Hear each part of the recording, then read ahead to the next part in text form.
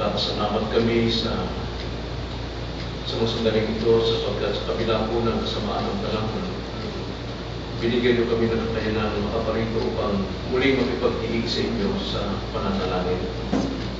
Dalangin namin na nawa tingin niyo ang aming pong pagsusumako. Bigyan niyo po ng kagaanan ng aming mga puso sa aming pong pananalangin, maging sa aming pagbubulay-bulay ng iyong salita. Meron kaming iba't ibang mga kabigatan sa buhay. Meron kaming iba't ibang mga problema na kinaharap. At maging sa mga kasiraang loob at kapanghinaan ng loob ng loob. Tulungan mo kami na mga salita niyo po sa magbigay sa amin ng kalakasan upang maharap namin ang lahat ng ito na may tiwala at may kadalangin sa inyo. Kung kami dalangin sa pangalan ng Panginoon Jesus. Amen.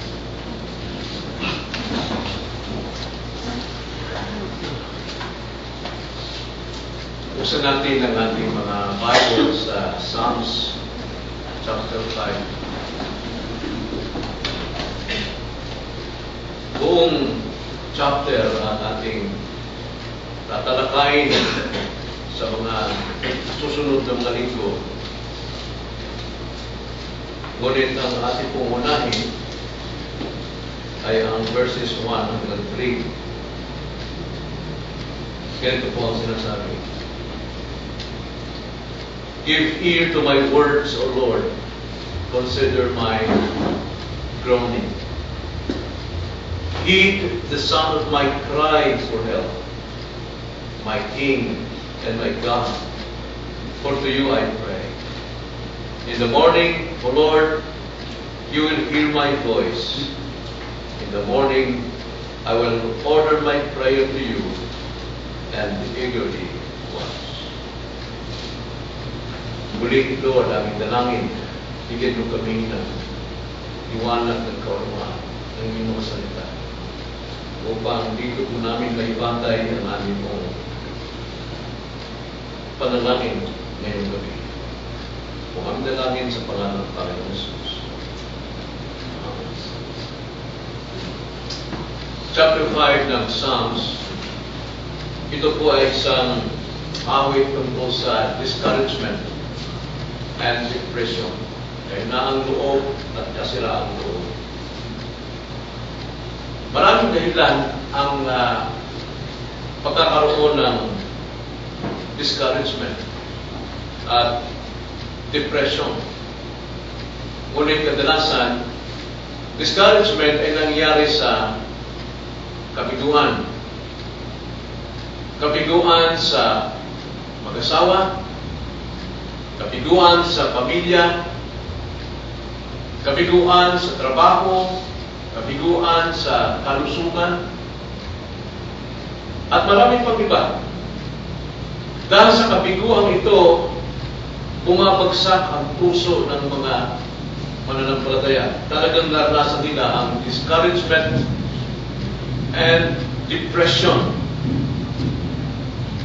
Kaya nga ang discouragement ang siyang nagpapabagsak sa tao.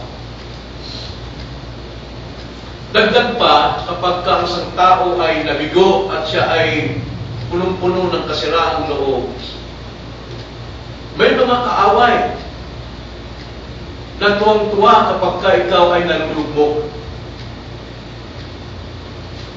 At ang ginagawa nila, lalo pa nilang idinidiin ang taong mayroong kabigatan.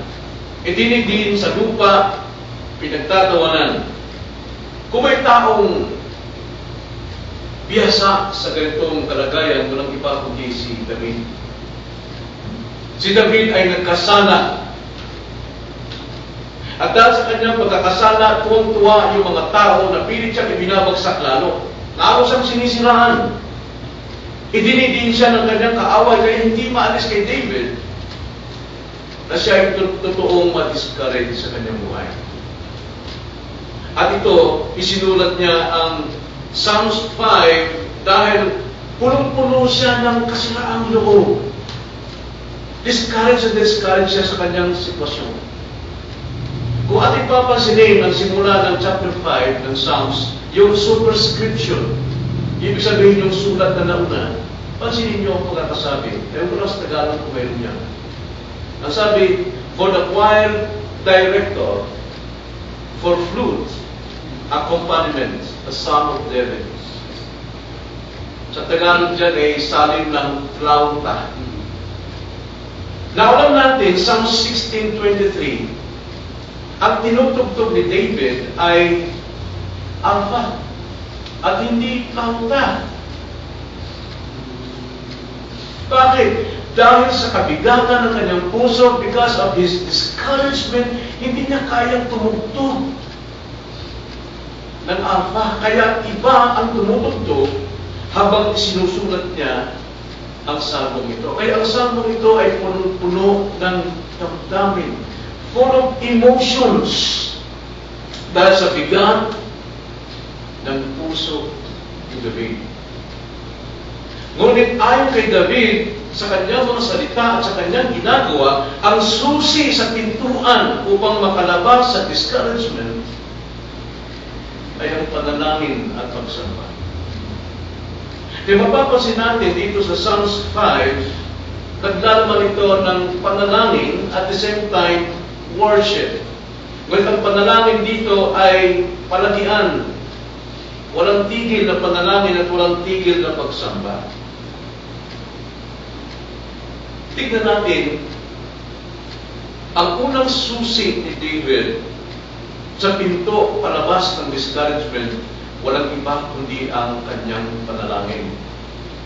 Kaya, titignan natin ang panalangin ni David sa gitna ng discouragement. Verses 1 to 3, ating makikita.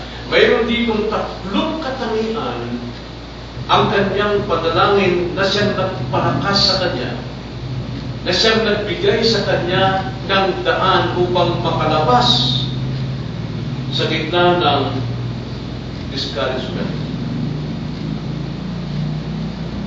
Mapapansin natin ang katangian sa tatlo. Una, ang panalangin ni David ay matindi. Intensity. His prayer is with intensity. At ikalawang, panalangin ni David ay apurahan, in urgency. Talagang nag-aapura siya. And thirdly, ang panalangin ni David ay maalam, with fervency. Tingnan natin ang sabi sa verse 1. Ang sabi niya, give ear to my words, O Lord, consider my groaning. Matindi yung kanyang panalangin ito. Ang tingin mo ang aking mga salita, O Panginoon. Nakunin ang ditinggin ng Panginoon. Ang sabi niya, ang aking mga salita. Ang ibig sabihin ng kanyang mga salita, ang kanyang salaysay, ang kanyang kwento sa buhay, kung paano siyang pinahirapan, idinidiin, inilulugmok ng mga tao na siya ay isang taong mayroong kabigatan. Wala siyang kasalanan, ngunit idinidiin siya ng mga tao. At ang tinatawag na rito, O Lord, ang Panginoon. Na ang Panginoon dito, na alam ni David, na ang Lord o Jehovah sa Old Testament, ibig sabihin, the existing one. Panginoon, pakinggan mo ang aking salaysay. Ikaw na Panginoon, kailanman hindi nawawala sa lahat ng panahon. Nakikita mo ang mga pangyayari sa buhay ko. Naririnig mo ang lahat ng sinasabi ng tao sapagkat ikaw ay umiiral magpakilanman. Yun ang prayer natin. Pagka tayo nananalangin sa Panginoon, kilalanan natin kung sino yung ating tinatawagan Diyos. Ang Diyos ba'y bula o bingi?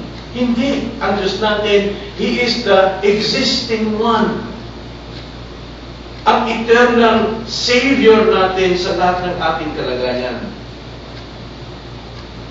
Kaya nais dito na David, talagang inaapuran niya na pakinggan mo naman ang aking kwento sa kalagayan ito. Mabigat na sa atin ang mga sinasabi ng mga tao. Mabigat ang ating failure, ang ating kabiguan sa ating paligid. Yun ang una niyang panalangin dyan na matindi.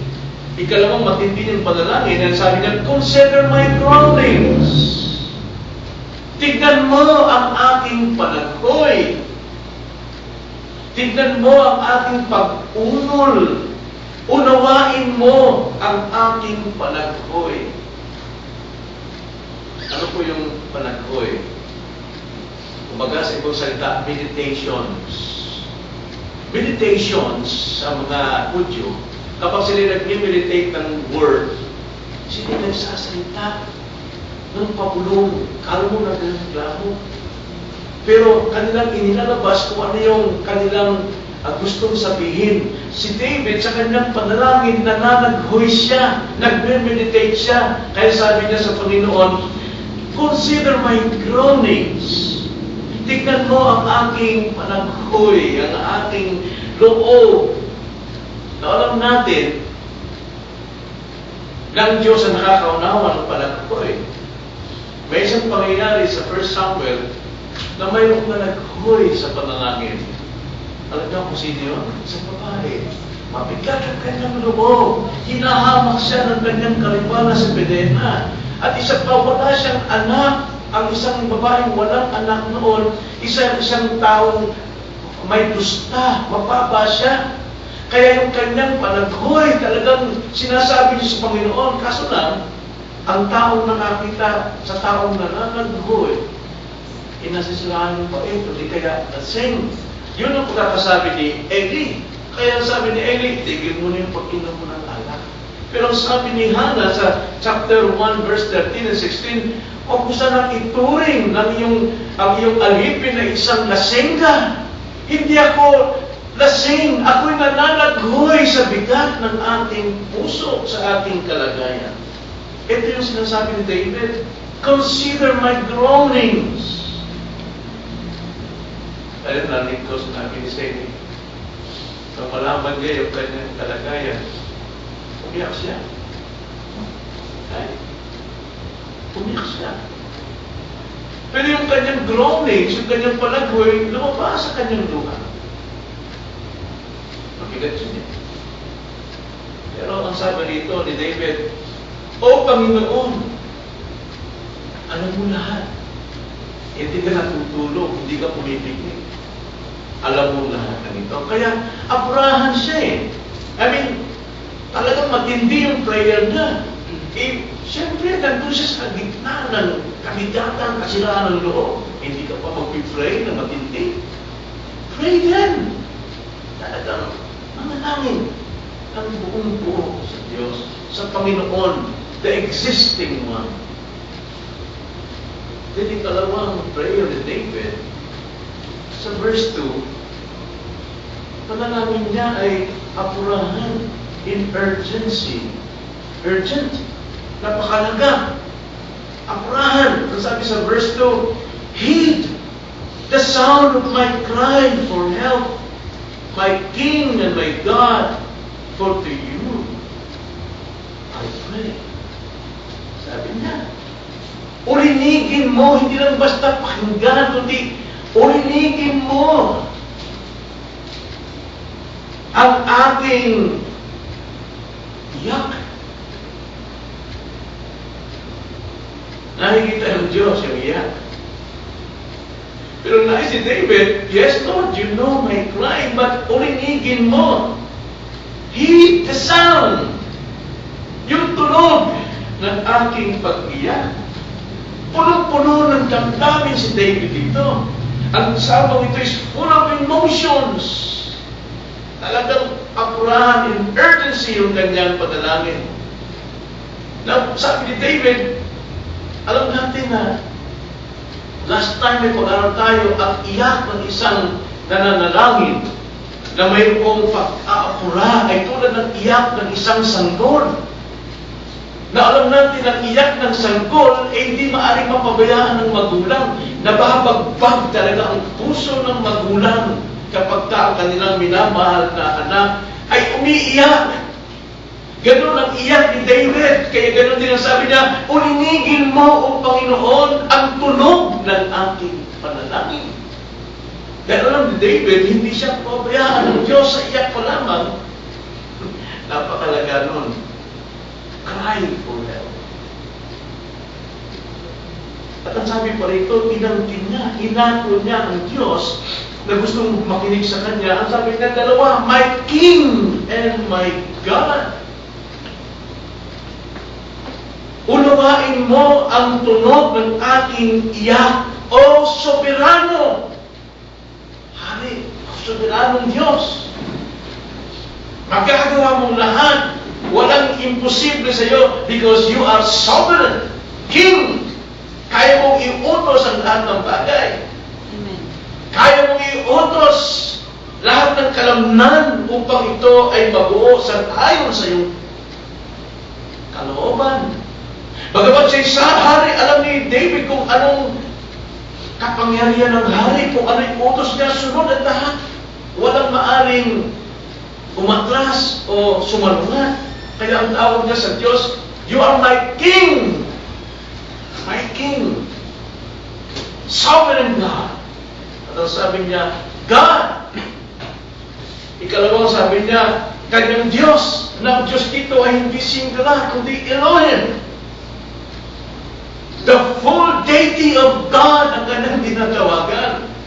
Because the full deity of God, kumikirot lahat ang Ama, ang Anak, at ang Espiritu Santo. Kung paano kinilos ng Diyos ang paglikha sa buong sanlibutan, sa pamagitan ng Ama, sa pamagitan ng Anak, sa pamagitan ng Espiritu. Yun ang tawag ni David sa aking panalangin, Panginoon, sa aking discouragement, sa aking depression. You are my God. Wow. Kaya dapat sa ating panalangin, kilala natin kung sino itong ating kinakausap. Kaya ang panalangin ay napaka-importante, napakalaga. Ito'y banal sa harapan ng Diyos. Sapagkat sa ating panalangin, ibinababa natin ang ating sarili at inaabot natin ang Diyos na siyang makakagawa ng lahat ng ating pangangailangan. Kaya nga, prayer is a means of all our needs. At ang sabi pa niya, For to you, I pray. Sa iyo lamang ako tumatawag, Panginoon, walang iba. Hindi ako tumatawag sa mga tao. Hindi ako tumatawag sa aking sarili. Hindi ako tumatawag sa anumang bagay. Sa iyo lamang. Sinasabi ni David dito, sa iyo lamang ako nananalangin, sa iyo lamang ako nakikipag-usap, sa iyo lamang ako umaasa sapagkat lahat ng kasagutan ng aking kabigatan ng puso sa iyo magmumula. Tignan niyo yung puso ni David sa panalangin. Kaya bawat hakbang ni David, bago siya magdesisyon, tumatawag siya. Kilala niya ang Diyos. At pinahalaga niya talaga ang prayers. At itong utos din ni Paul sa mga taga-Thessalonians. Pray without ceasing. Dapat ito rin sa atin. Sa panalangin natin, kailangan talaga panalangin tayo ng buong puso. Kaya una makita natin ang panalangin ni David ay matindi. With intensity. Then his second prayer o katangian, character of his prayer is with urgency. Mayroong pag-aapura. Then thirdly, ang panalangin ni David ay maalam with fervency. Talagang mainit. Na paano natin masabing mainit dyan? Tignan nyo ang sabi sa verse 3. Twice binanggit yung sa umaga, in the morning. Sabi sa verse 3, in the morning, O Lord, you will hear my voice. In the morning, I will order my prayer to you and eagerly watch.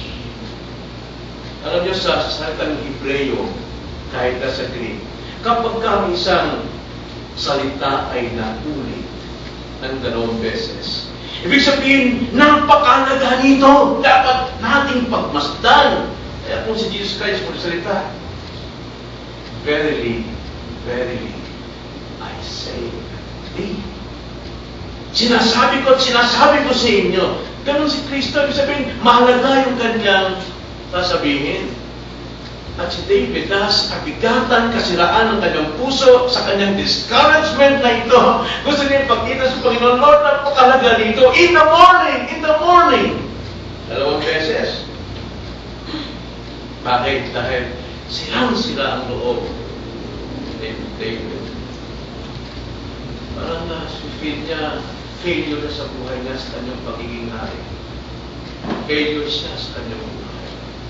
Dinidiin siya, sinisiraan siya ng ibang mga tao.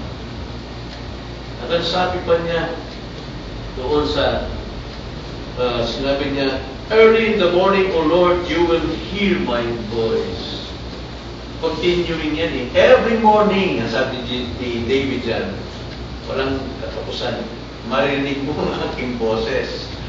Kaya nga, kung sa panalangin, ang isang magandang halimbawa rito ay si David para tayo ay manalangin din sa Diyos.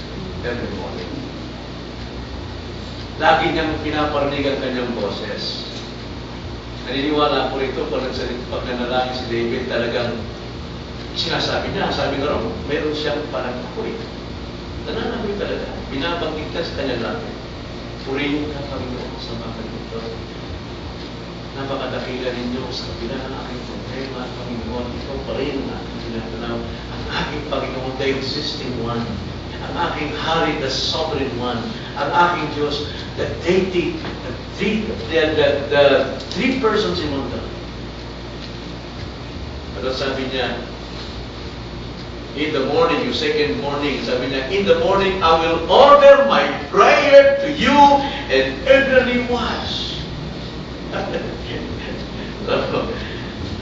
Tinitignan ko si David dito eh.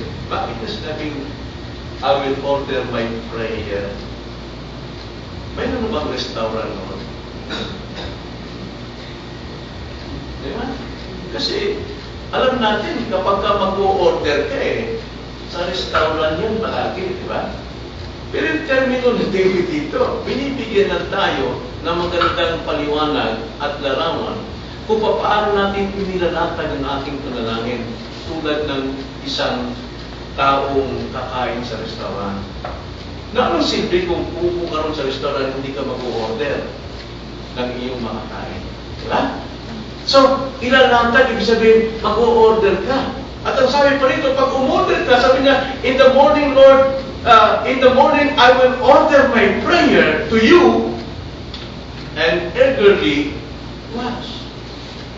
At masikap kong babantayan yung order ko. Diba? Pagka nasa restaurant kayo, umorder ka, bigyan mo kami ng yung malakihan, yung patsoy, yung yung original size. Yung talagang, hindi yung regular, kundi original talaga. Batchoy, tsaka hapat na puto.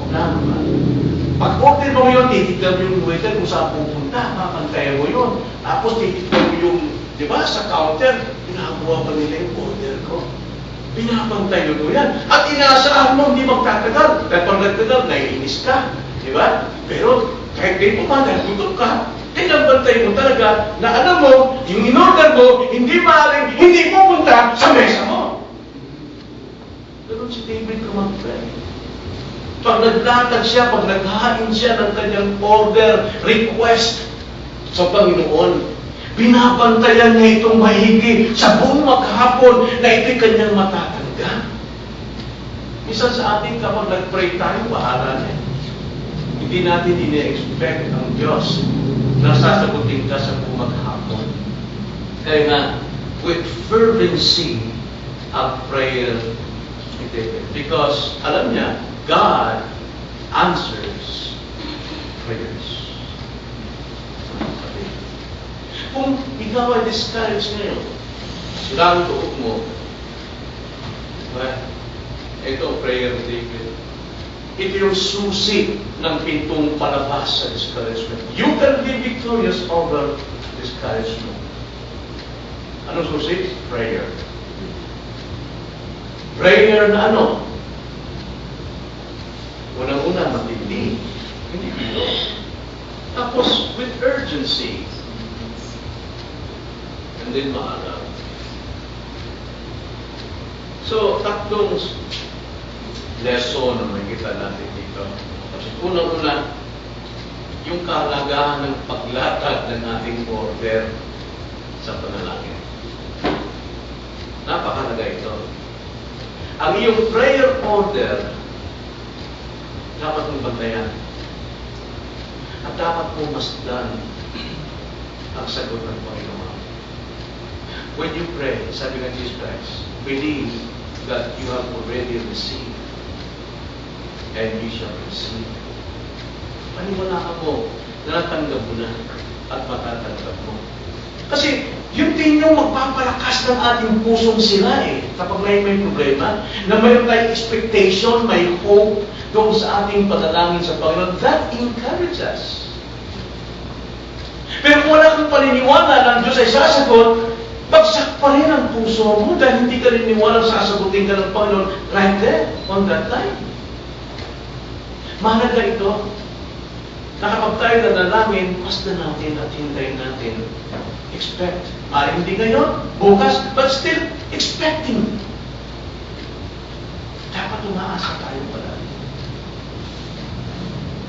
Ikalawa, dapat natin bigyan din ng halaga ang prayer sapagkat ito yung susi. Ito yung susi na magbubukas sa pinto para makalabas tayo sa discouragement. Prayer. Napakalaga ang prayer. Ang mga tao kapag may discourage sila o sila ang puso nila, di kaya pagsakot ng looban, takbo agad sa TV, manonood agad ng program, manonood yung paboritong soap opera, takbo agad sa newspaper, magbabasa agad ng comics, di kaya makikinig ng radyo, imbes sa Diyos muna, unang tumakbo. Prayer ay susi sa pintong palabas ng discouragement. At ikatlo, priority.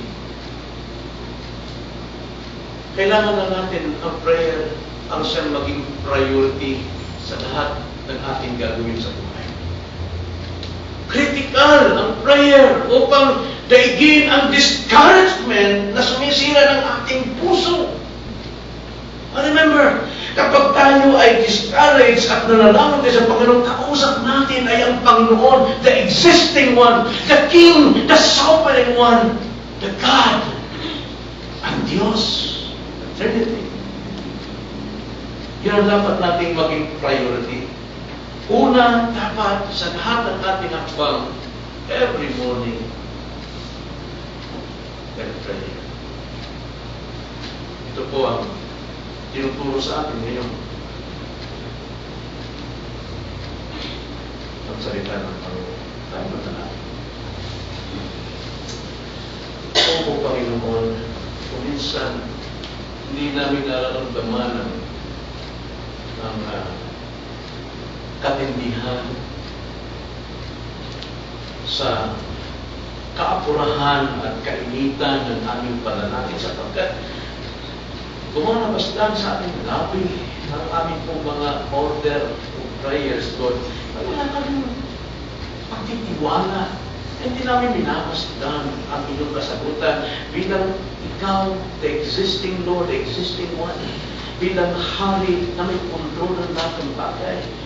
At bilang Diyos na nalikha ng lahat ng bagay, kaya nang gawin ang mga imposibleng aming iniisip. Kaya kung minsan, Lord, nabibigo kami, bagamat lumalapit, tumatawag. Kaya sinasabi namin, nanalangin naman kami, nanalangin naman ako. Oo, pero paano? Nawa, Lord, ang aming panalangin sa buhay. Ito ang aming maging priority sapagkat prayer ay critical. Dapat ito maging priority sa aming mga buhay. Kaya, Lord, pagpalain niyo kami, tulungan niyo kami, na may sagawa namin ang prayer nito, tatlong katangian ang prayer nito ay pinakita sa amin ni Aring David. Kung aming dalangin sa pangalan ng Panginoon,